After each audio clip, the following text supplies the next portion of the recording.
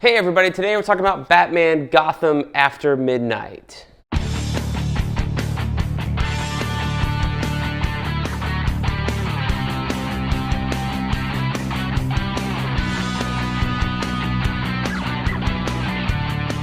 Hey everybody, and welcome back to BK's Bullets. As always, I'm your host, Brent. Today we're talking Gotham After Midnight, Batman. This is the deluxe edition by Steve Niles and Kelley Jones. This came out recently. I think it came out a little bit before Christmas, maybe in October time frame in 2023, but I'm finally getting around to reading it now. So yes, I finally read something a little in less than like 6 months after I got it. Anyway, so I think this book and this book, this is my absolute Batman Hush, have things in common. Gotham After Midnight, not a great book, not a cult classic or a cult favorite or anything. Although now that this is out, maybe it will. You know, back in reprint sometimes gives things a little bit more like cachet or something like that. But I would say if you love Batman Hush, you are going to like Batman Gotham After Midnight. Why do I say that? So both of these books are 12-part stories, right? They both have fantastic artists. Love him or hate him, Kelley Jones. He might be your style or not, but he's very good at what he does. Same thing with Jim Lee. Very detailed, very good at what he does. There's a multitude of Batman villains across both books. Each kind of chapter tells almost like a one-and-done storyline. And there's an overarching mystery involving a new villain and another new character whom you've never met before, you know, may or may not be the villain, right? So those are the two similar things about Batman Hush and Batman Gotham After Midnight. So, and I say if you love Batman Hush, because I don't particularly. I think it's a fun story. I like the art. I like all the things that it did for Batman at the time, you know, reintroduced him, blew him up. It brought us the idea of Jason Todd coming back to life, that kind of thing. That's what I like about Batman Hush. The story itself, I think the ending was weak. Similar to this one, although Midnight, the villain here, has not blown up, the ending to this is very weak. I didn't see it coming a mile away. I kind of figured out who the villain was about halfway through, but the last issue just kind of falls flat because it's more of a wrap-up issue than like a finale, and I feel like if they had made 11 and 12 one issue, it may have felt a little bit better because you had that climax in 11 and then the denouement in 12. But reading it separately, it's like, well, you kind of find out the answer to the mystery in 12, and then at the same time, there's no climax because, you know, the villain's already been disposed of, so to speak, right? So I think that's where it falls off for me. One thing I will say about this book is that it's a little bit campy. I think by issue 2, I was into it. Like, it took 2 issues to get used to it. But by the end of issue 2, I was like, all right, I'm enjoying this. This is fun. They're doing something different here. And I'm going to fully embrace it. And once I did, and I got used to it maybe, I had a lot of fun with this book. So don't get me wrong. Like, you know, I don't think this is better than Hush. But just reading it the last week or so, I did have fun with it, although it's not a great Batman story, I think, because the ending kind of makes it fall apart. But what is worthy about this book is that camp factor. So if you're like, oh, I want a straight, serious Batman story, maybe stay away from this book, although I think if there were any other artist doing this book other than Kelley Jones, I think it would have been a complete miss, right? Kelley Jones is doing something here, and it may be like, I think Steve Niles is just writing a little bit campy, but the way that Kelley Jones interprets all that and puts it into the artwork, he amps it up. Because his Batman, now I've read Kelley Jones's Batman before. I have the Batman Elseworlds multiverse vampire trade, Batman Vampire, whatever it is. It was later collected as like Batman Elseworlds book 1, something like that. But it's got Red Rain, Dracula, all that stuff in there. And I've read the Joker, Dark Joker, Wild. That's on the channel also. But anyway, this is Kelley Jones in the mid-2000s, and he's drawing Batman as if he's a fucking vampire. I've not read the Doug Munch stuff, so I don't know if Kelley Jones was doing that back then in the mid-90s after Bruce came back after Troika. But here, he's doing everything with this vampiric thing. So what do I mean? Anytime Batman is talking to somebody, I feel like he's taking this idea of a creature of the night to the extreme. Or maybe you could justify it as Bruce really is concerned about his identity, so he's always talking like this, that there's a Batman black and white statue of Kelley Jones, and I didn't pick it up because at the time I didn't appreciate the art and I didn't like the pose, and it's basically Batman like this with a cape hanging down in front of his face. So now for a statue, you can't see the symbol or the rest of his body or whatever. But in this book, because most of Batman at all times by Kelley Jones is like 90% cape, it does look really cool with that effect. So Batman is constantly in poses like this, or some variation of one or the other. And then when he does this, it almost is like Kelley Jones captures him in the perfect pose, mid-cape flutter, as if he's going like this. And he captures him as the cape is like mid-peaking in that after that motion, right? And the biggest cape you've ever seen every single time. Maybe it's a little like Spawn derivative, the way that Greg Capullo and Todd McFarlane did Spawn, like constantly moving. But literally every single time his Batman shows up and is talking to somebody who's not Alfred, he's got his arm in front of his face and he's trying to be menacing. If he's not punching somebody, or I'm looking for an example in here, or he's not leaping from something, he looks absolutely vampiric. Now, you've also have great panels like this. Like, this is just awesome. And this is, Kelley Jones' Batman is a large, muscular man, even more muscular than Bruce Wayne is half the time. Like, Bruce Wayne looks like a normal dude, but when he becomes Batman, my gosh, it's like he takes some Bane Venom serum and amps it up. So that's fun. Mostly, I'm trying to find this thing. It's when he's talking to Gordon all the dang time in this book.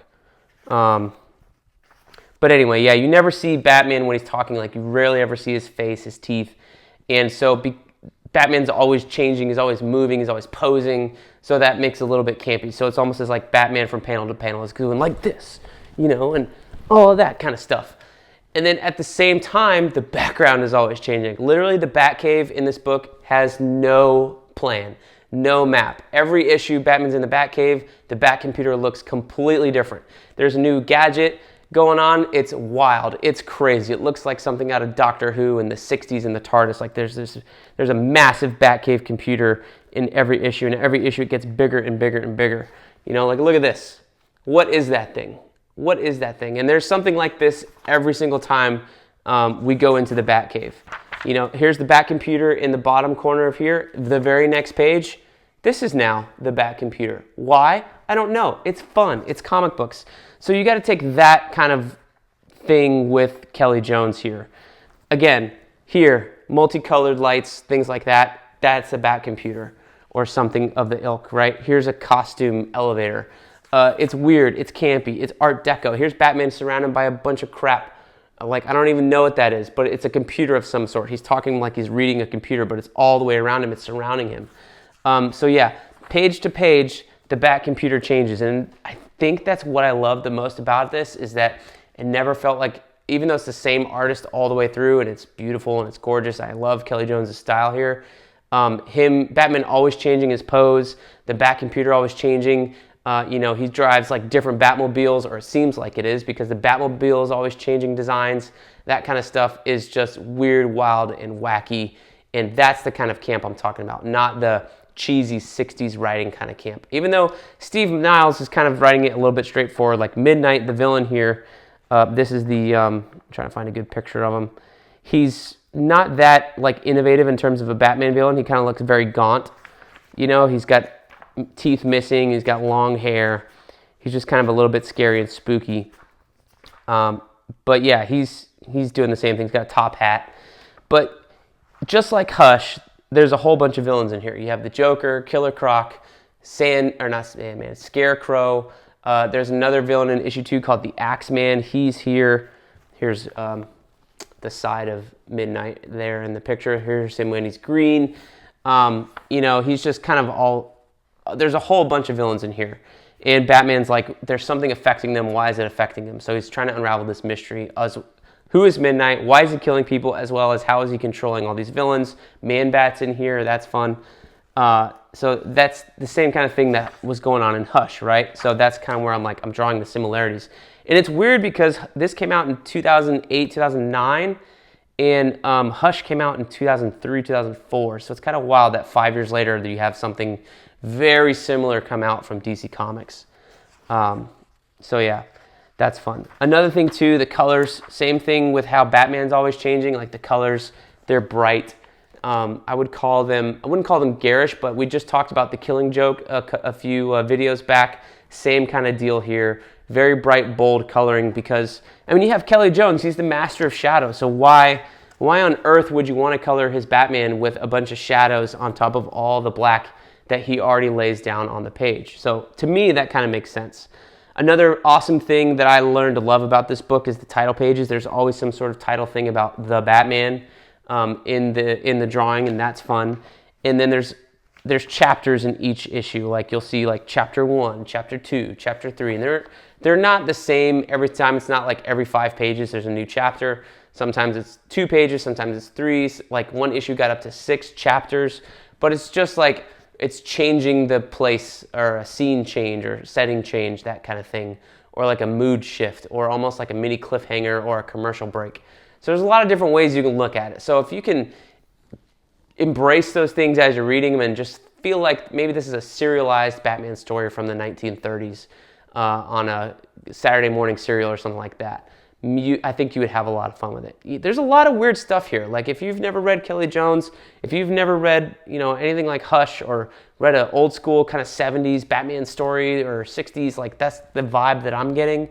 Like Bronze Age, kind of silver, maybe some Silver Age kind of stuff, but a little bit more gory because you have people getting stabbed and their hearts being cut out, that kind of thing.